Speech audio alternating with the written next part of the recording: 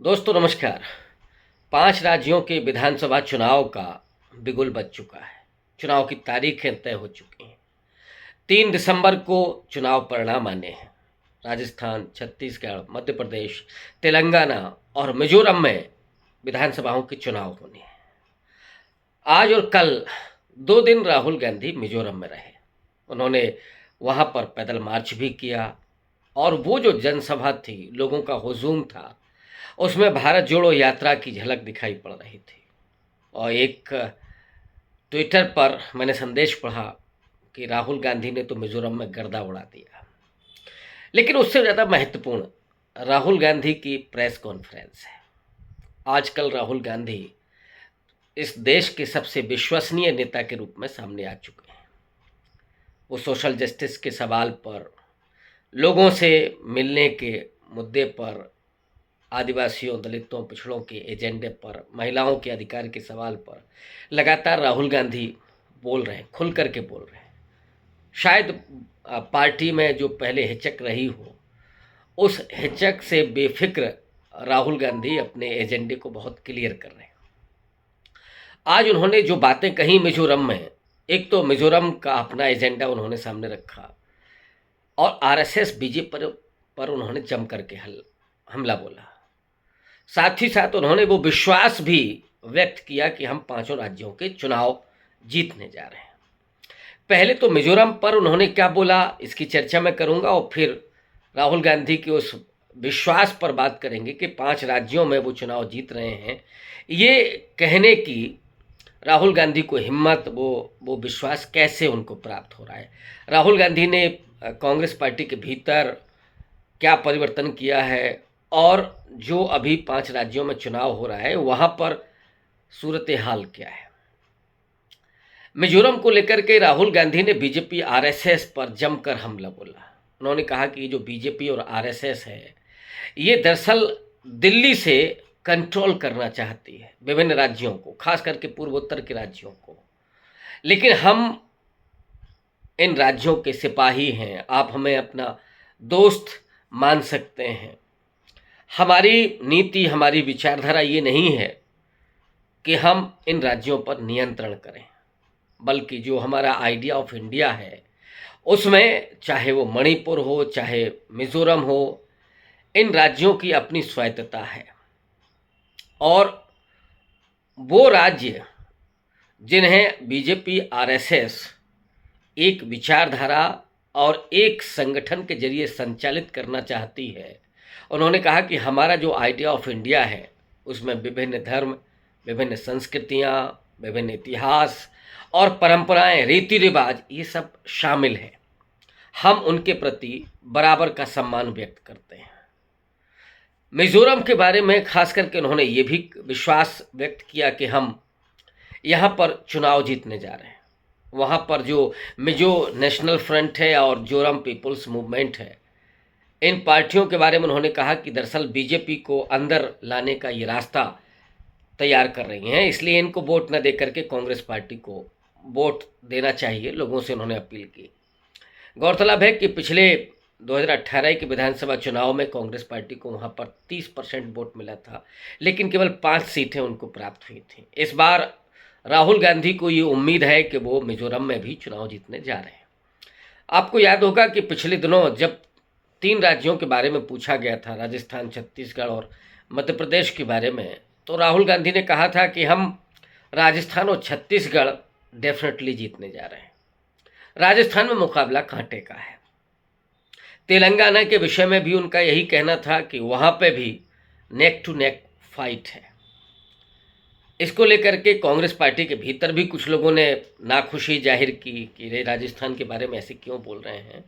और इसीलिए मैं कह रहा हूँ कि राहुल गांधी एक अलग सी शख्सियत हैं भारत की राजनीति में, जो अपने पार्टी की कमजोरी को भी व्यक्त करते हैं और सच्चाई से वो बातें रखते हैं कि राजस्थान में कांटे का मुकाबला है और तेलंगाना में कांटे का मुकाबला है। लेकिन आज जो उन्होंने मिजोरम में बोला कि हम 5 राज्यों में चुनाव जीतने जा रहे हैं, इसके पीछे क्या विश्वास है उनका और क्या स्ट्रेटजी उनकी है।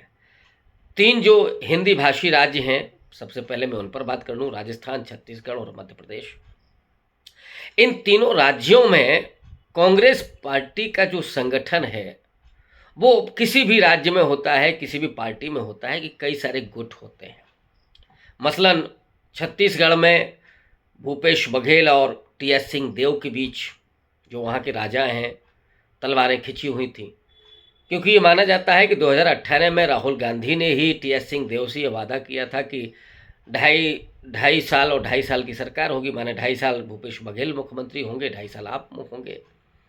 ये मौका टी.एस. सिंह देव को नहीं मिला और ऐसा लग रहा था कि वहाँ पर पार्टी दो फाड़ हो जाएगी। बीजेपी वहाँ गर्त में पहुँच चुकी है और उसके जो कारण हैं वो मैं अभी डिस्कस करूँगा। राहुल गांधी ने टी.एस. सिंह देव को बिठाया, भूपेश बघेल को बिठाया, दोनों के हाथ मिलवाए और डिप्टी सीएम का पद मिला टी.एस. सिंह देव को। अब सब कुछ दुरुस्त है। दूसरी तरफ बीजेपी के पास कोई लोकल लीडरशिप नहीं है। रमन सिंह जो 15 साल लगातार मुख्यमंत्री रहे, उन्हें नरेंद्र मोदी ने दरकिनार कर दिया, क्योंकि ऐसे क्षत्रपों से उनको बड़ा डर लगता है, कोई इन्फीरियर कॉम्प्लेक्स जैसे है, तो इसीलिए उन्होंने रमन सिंह को बाहर कर दिया। अब वहाँ पर कोई बीजेपी का नाम लेबर नहीं है, कोई ऐसा नेता नहीं है जो सीधे तौर पर भूपेश बघेल और टी.एस. सिंह देव की जोड़ी का मुकाबला करने की जिसमें कोई कुवत हो।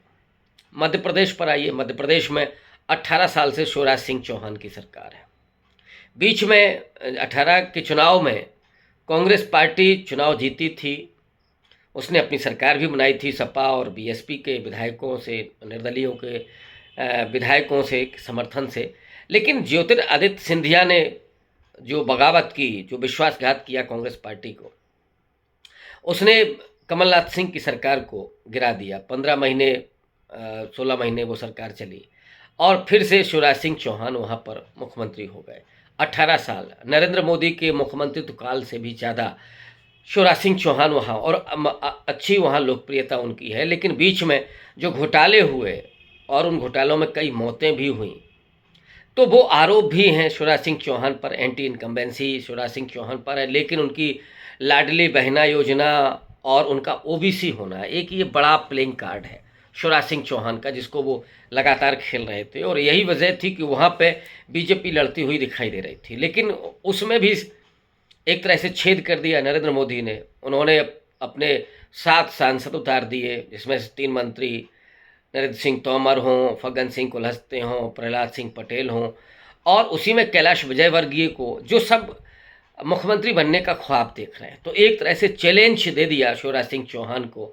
और आज ही बुधनी विधानसभा सीट जहां से वो चुनाव लड़ रहे हैं, वहीं पर एक पूर्व कैबिनेट सचिव स्तर के अधिकारी जिनकी कंपनी पर सीबीआई ने रेड की है और वो माने जाते हैं कि शिवराज सिंह चौहान के करीबी हैं, तो एक तरह से उनको डैमेज करने की कोशिश है, उनको डिफेम करने की कोशिश नरेंद्र मोदी कर रहे हैं कि उनको चुनाव के पहले ही निपटा दिया जाए और वो मुख्यमंत्री होने की अपनी दावेदारी को ख़त्म कर लें, पहले ही ख़त्म करें, सरेंडर कर दें नरेंद्र मोदी के सामने।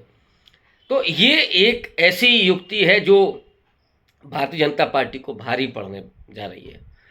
दूसरी तरफ आप देखेंगे कि कांग्रेस पार्टी में जो अभी आया था कि दिग्विजय सिंह ने इस्तीफा दे दिया है, या कमलनाथ ने कहा कि अगर टिकट नहीं मिला है तो जाकर के दिग्विजय सिंह का कुर्ता फाड़िए। आज दोनों ही लोग मंच पर थे।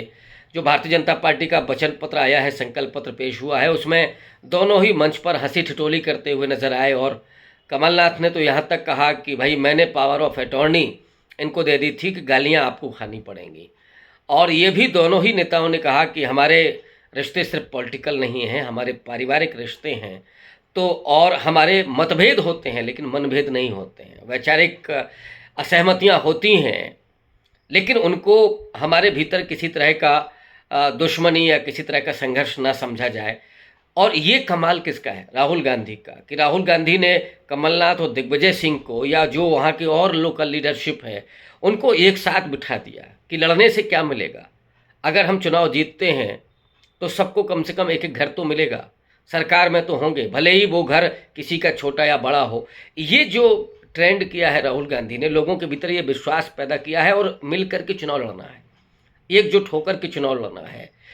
जो एकजुटता पैदा की है राहुल गांधी ने, वो उनके जीत का मंत्र बन रही है। संगठन के स्तर पर बेहद मजबूती। दूसरी तरफ नरेंद्र मोदी ने पूरा ख़त्म कर दिया है स्थानीय छत्रप को। उसी तरह से आप आएंगे राजस्थान में वसुंधरा राजे को डैमेज करने के लिए वहाँ पर कई नेताओं को खड़ा कर दिया नरेंद्र मोदी ने, और चैलेंज कर दिया सीधा वसुंधरा राजे को, जबकि वहाँ की सबसे कद्दावर लीडर हैं बीजेपी की। बहुत लोकप्रियता उनकी है और ये माना जाता है कि वसुंधरा राजे के बिना राजस्थान में बीजेपी चुनाव नहीं जीत सकती है। लेकिन नरेंद्र मोदी हैं, वो किसी भी कीमत को चुकाने के लिए तैयार होते हैं, लेकिन किसी छत्रप को बर्दाश्त नहीं करते। वो खास करके उसको तो कतई नहीं जो उनकी आंखों में आंखें डाल करके बात करे। येदुरप्पा को उन्होंने ठिकाने लगा दिया था कर्नाटक में, वहाँ पर हार मिली। और जो कांग्रेस पार्टी के भीतर दो गुट थे, गहलोत का और सचिन पायलट का, वो दोनों एकजुट होकर के चुनाव लड़ रहे हैं। जो आपस की गलत फहमियाँ थीं वो दूर कर ली हैं, और वो कांग्रेस पार्टी को जो पूरा राजस्थान में पिछले 30 साल से जो रिवाज रहा है उसको बदलने के लिए एकदम बेताब हैं। अशोक गहलोत की जो तमाम कल्याणकारी योजनाएं हैं वो वहाँ पर बहुत कारगर साबित हो रही हैं, और जो बदलने की कोशिश चल रही है, अभी वहाँ खड़गे साहब पहुँचने वाले हैं, जो कांग्रेस पार्टी का सबसे मजबूत दलित चेहरा है, राष्ट्रीय अध्यक्ष हैं। और वो नड्डा की तरह के राष्ट्रीय अध्यक्ष नहीं हैं, बल्कि वो बहुत मजबूत राष्ट्रीय अध्यक्ष हैं। सारी कमान उन्होंने संभाली हुई है, और राहुल गांधी एक तरह से उनके लिए संगठन में बहुत मजबूती के साथ काम कर रहे हैं। सबसे लोकप्रिय नेता राहुल गांधी हैं। वो जब राजस्थान में होंगे तो एक कांग्रेस पार्टी में वो जिंदा दिली दिखेगी, लोगों में विश्वास दिखेगा, और उसको वो जीतेंगे। बीआरएस जो तेलंगाना में है, भारत राष्ट्र समिति, उस पर तो उन्होंने हमला किया ही था कि ये बीआरएस भारत राष्ट्र समिति नहीं है, बल्कि बीजेपी की सहयोगी पार्टी है, बीजेपी की रिश्तेदार पार्टी है। और वहाँ पर जो तमाम घोटाले थे वहाँ के चंद्रशेखर राव के, उनको उन्होंने उजागर किया, और कांग्रेस पार्टी को जिताने का उन्होंने वो पूरा रखा, अपना मैनिफेस्टो रखा, जिसमें बहुत सारे वादे हैं। और सर्वे ये कह रहे हैं कि तेलंगाना में भी कांग्रेस पार्टी बहुत मजबूत हो गई है। मिजोरम में वो खुद हैं और उन्होंने उस हुजूम को देखा है, लोगों के विश्वास को देखा है।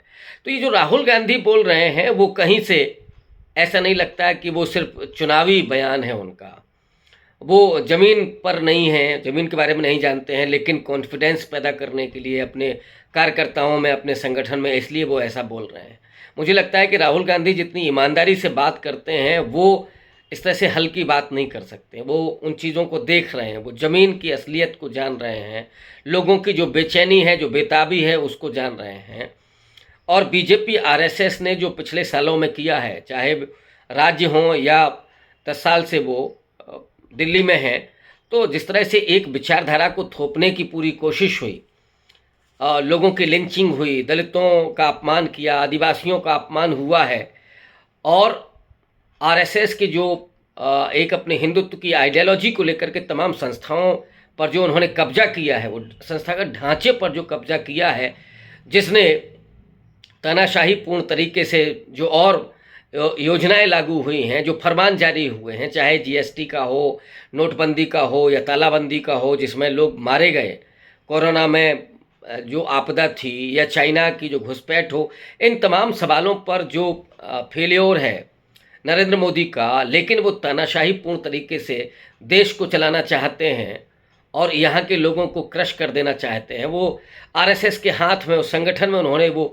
ताकत दे दी है। जबकि राहुल गांधी कह रहे हैं कि हम जो आइडिया ऑफ इंडिया है उसके अनुसार इस देश के लोगों को सशक्त करना चाहते हैं, हर प्रांत को सशक्त करना चाहते हैं, और हम ये मानते हैं कि जो इंडिया है वो दैट इज़ भारत है, shall be union of states, माने वो तमाम राज्यों का संघ है, और इसके प्रति मेरी पूरी प्रतिबद्धता है। हम ये नहीं है कि किसी नेता के जरिए या किसी संस्था के संगठन के जरिए सरकार चलाएं, बल्कि हम चाहते हैं कि लोगों के जरिए सरकारें चलती हों, लोगों की सरकार हो। तो जो संविधान की पहली पंक्ति है, be the people of India, तो वो द पीपल ऑफ मिज़ोरम हो, द पीपल ऑफ मणिपुर हो, द पीपल ऑफ इंडिया हो, द पीपल ऑफ तेलंगाना हो, इन लोगों के हाथ में वो राजनीतिक सत्ता होनी चाहिए, जितनी ईमानदारी के साथ, जितनी स्पष्टता के साथ, जितनी समझदारी के साथ राहुल गांधी बात को कह रहे हैं, लोगों तक उन मुद्दों को पहुंचा रहे हैं, वो अपने आप में भारत की बदलती हुई राजनीति को, भारत की बदलती हुई वैचारिकी को, भारत के आइडिया को, कि जो बीच में 10 साल में 15 साल में जिस तरीके से उसको तोड़ने की कोशिश हुई है और एकरंगी बनाने की जो साजिश चलती जा रही थी, उसको राहुल गांधी ने बदल करके रख दिया। उन लोगों से, वो जब पार्लियामेंट में उनका माइक बंद किया जाता है तो वो सड़क पर आते हैं, और सड़क पर आते हुए वो जिन लोगों से मिलते हैं, मजदूरों से, किसानों से, जो आत्महत्या लगातार कर रहे हैं, जिन्हें अपनी उपज का दाम नहीं मिल रहा है, या जो मिस्त्री हैं, जो कारीगर हैं, मोटरसाइकिल रिपेयर करने वाले हैं, जो बढ़ई भाई हैं, या जो किसान हैं, जो खेतों में काम करने वाली महिलाएं हैं, या वो सब्जी बेचने वाला रामेश्वर हैं, इन तमाम लोगों से मिल करके राहुल गांधी जो उन्हें सम्मान दे रहे हैं और जो उनके भीतर विश्वास पैदा कर रहे हैं, वही आज की राजनीति का बदलाव दिखाता है। शुक्रिया, धन्यवाद।